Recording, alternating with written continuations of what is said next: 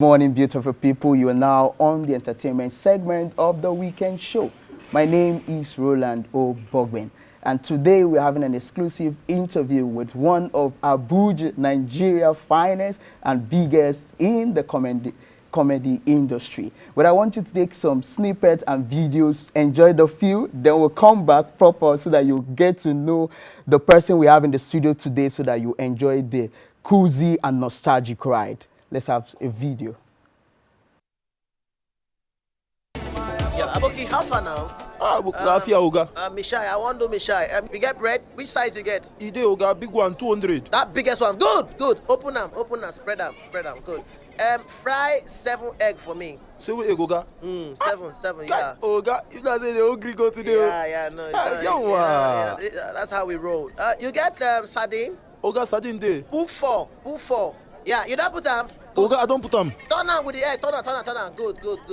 It too thick. Put 3 more egg. Okay, Oga, I saw if they come every day, I saw if I don't say for you, Oga, I don't say again. No. Kai! That's how we ball. You get all those carrot, fresh pepper, all those. You don't get them. Kai, Oga, wallahi, I know they, but I cross code the other side, I buy everything. Yeah, cross. Go buy a cup. Put them, Good. Oga, don't put them. Good. I'm not too like geisha. Pour it too. Good. Oga, don't put them finish. Go. I fry the egg. This is tickle. Hey, Oga, it don't done. Put her inside the bread. The big bread. Spread the bread where? Put her. Oga, you know enter the bread, it's too big. Press some. Oga. Press some where? Press some. May you enter. Press some. Oga, now be this. You don't do it. Good.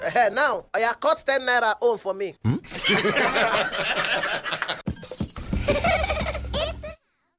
Wow, that's so hilarious of you. So how do you normally come about with this, your idea? Imagine an aboki and you not tell him to cut 10 naira on for you in this Nigeria. Well, that skit is about 13 years old now, 13 years old. Yeah. That's to show how growth and how the days of little beginning. Yeah. All right, people, we have no other person in our studio today, Ajebo, and his real name is Emeka Iren. So many people don't know.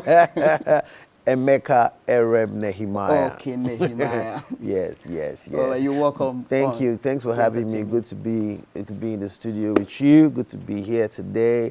Big shout out to everyone watching. Hello, Nigeria. Your boy is here. It's me, Tegwolo, champion of Warri.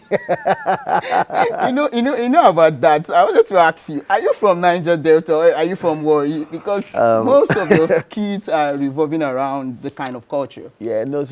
I'm not. I'm an Igbo boy, full-fledged Igbo boy. I'm from Abia State, Ohafia, Abia State. Tegwolo is just a character that is a Warri character, just the same way. We can create any character, The idea is to tell the African story. The idea is to, keep telling it as it is, creating African content just the way it is in its original, authentic form. Okay. Right. Without diluting it. Nah. All right. Tegwolo, I think Tegwolo also gave birth to Jenny and Kenny, which is one of your foremost and newest projects on board. Exactly. So can you tell us what inspired Jenny and Kenny and what's the purpose behind that? Okay, so Jenny and Kenny is a learning and entertainment channel for kids aged 1 to 6 with Afrofusion. The music is Afrobeat. Yeah. Their outfits are African. You have contemporary Ankara outfits. We have landmark places in Nigeria and all around Africa represented in this content. What we're doing is, I'm a toddler dad. I have 3 girls, under 6. And what I've come to realize is there's so much going on online for children. And as someone that has been in this space for 14 years, I thought, it was time to give our children something, for generations, they can be proud of. We grew up watching imported content. All the things we watch, the learning materials, the entertainment cartoons were white.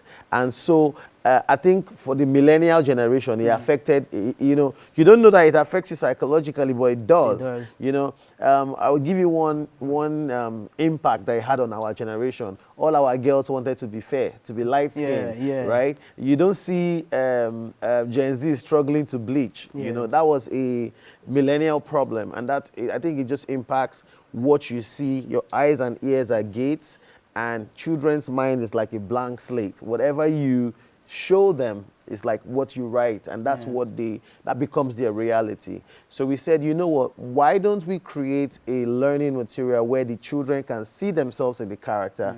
We can celebrate the African culture, which is a better way to relate to the African culture. exactly. And our music, Afrobeat, is doing well globally. So we're like, you know what, let's blend learning with Afrobeat, and we created Jenny and Kenny in 3D. Wow. You should see it. It's really amazing, and the response has been amazing so far. So it's more like preserving the African value through laughter and learning. Oh, so for Jenny and Kenny, it's not necessarily about laughter. It's a learning channel. You know, it's like our own. In fact, in a nutshell, it's the quote and unquote the cocoa melon for the African market.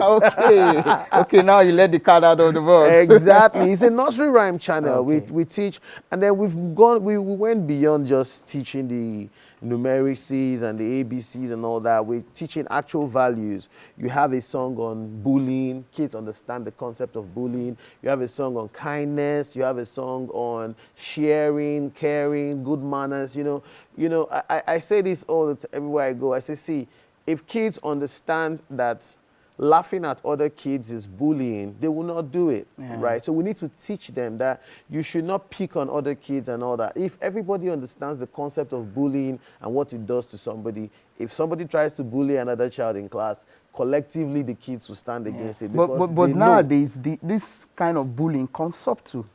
Yeah. It comes in different way. Yes. So with many of Nigerian children and parents also concerned over the consumption of some of this Western content, and you bring in this African content, how do you want to reshape that narrative? Yes, so that's a very fantastic question. In fact, that's one of the problems we're solving. You know, they say, he who pays the piper dictates the tune, right?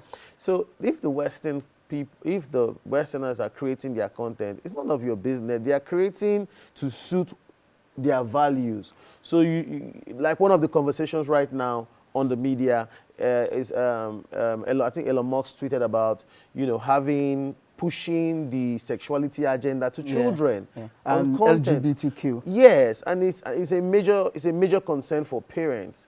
You know, it's a major concern. Why are you teaching our children these kind of things? Why are you telling a 4-year-old that you can choose your sexuality? Why are you doing all that? You know. So these are some of the things that I saw, and because we're taking tabs away from our kids. So I'm like, no, I have the experience in this field.